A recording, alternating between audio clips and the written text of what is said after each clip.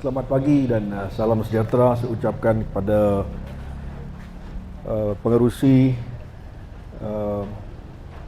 jawatan kuasa Majlis Pengurusan Komuniti Tuan Haji Shah yang berada di sini. Terima kasih kerana menjemput saya. Of course, di mana kita berada, terima kasih kepada Ustaz Firdaus selaku pengerusi Masjid Rawana. Thank you very much. Terima kasih kerana menjemput saya.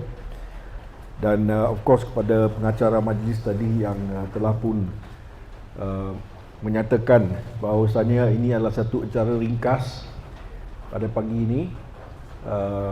Dan yang terpenting kepada penduduk di sini, ada dua acara pada pagi ini. Satu adalah pengumuman penyelesaian projek pengubahsuaian Masjid Rawana di sini, di mana saya dengan rakan saya ahli parlimen kita RSN Raya, terima kasih kerana hadir juga sebagai ahli jurutung, dan saya sebagai adun kawasan Datuk Keramat. Kita telah pun menyalurkan satu sumbangan sebanyak 50,000 untuk pengubahsuaian tersebut.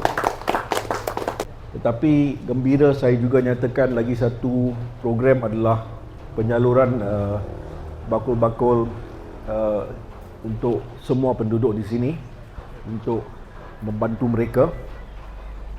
Now, saya gembira berada di sini di Masjid Rawana kerana sudah lama sebagai adun Datuk Keramat, sudah 15 tahun sekarang.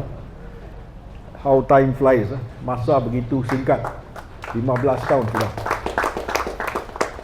Dan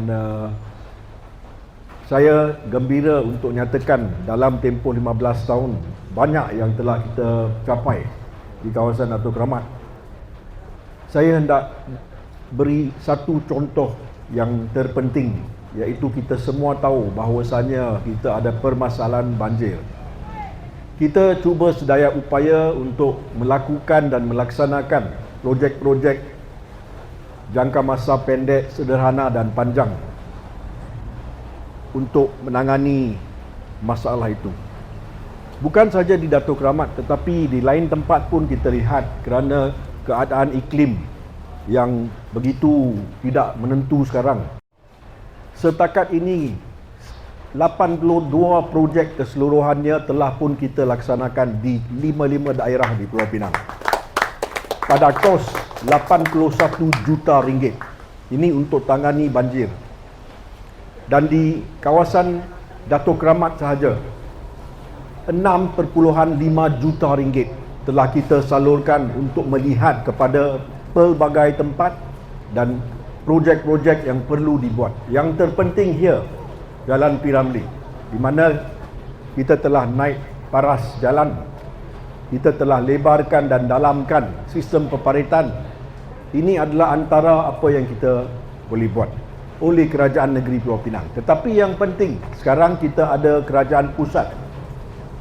Kerana itu dalam kerajaan perpaduan kita, kerajaan madani kita, kita boleh harap projek tempatan banjir Sungai Pinang dapat dilaksanakan dengan secepat mungkin. Dan perbincangan saya, kita ada ahli parlimen yang sedang melihat, beliau dari kawasan ini, beliau tahu permasalahan, dan kita akan terus berusaha dan berbicara dengan mereka di pusat supaya projek ini diberikan keutamaan. Dan memang saya telah bincang dan mereka kata tidak lama lagi fizikal akan mula. Kita dalam proses pengubahsuaian jajaran dan sebagainya, ada beberapa isu teknikal yang menyebabkan kelewatan tersebut. Tetapi memang hampir sudah selesai, dan apabila semua selesai, penyaluran wang 150 juta ringgit daripada pusat kepada kita juga telah pun dijaminkan. Jadi projek sememangnya pada tahun ini sekurang-kurangnya kita akan lihat bermula secara fizikal.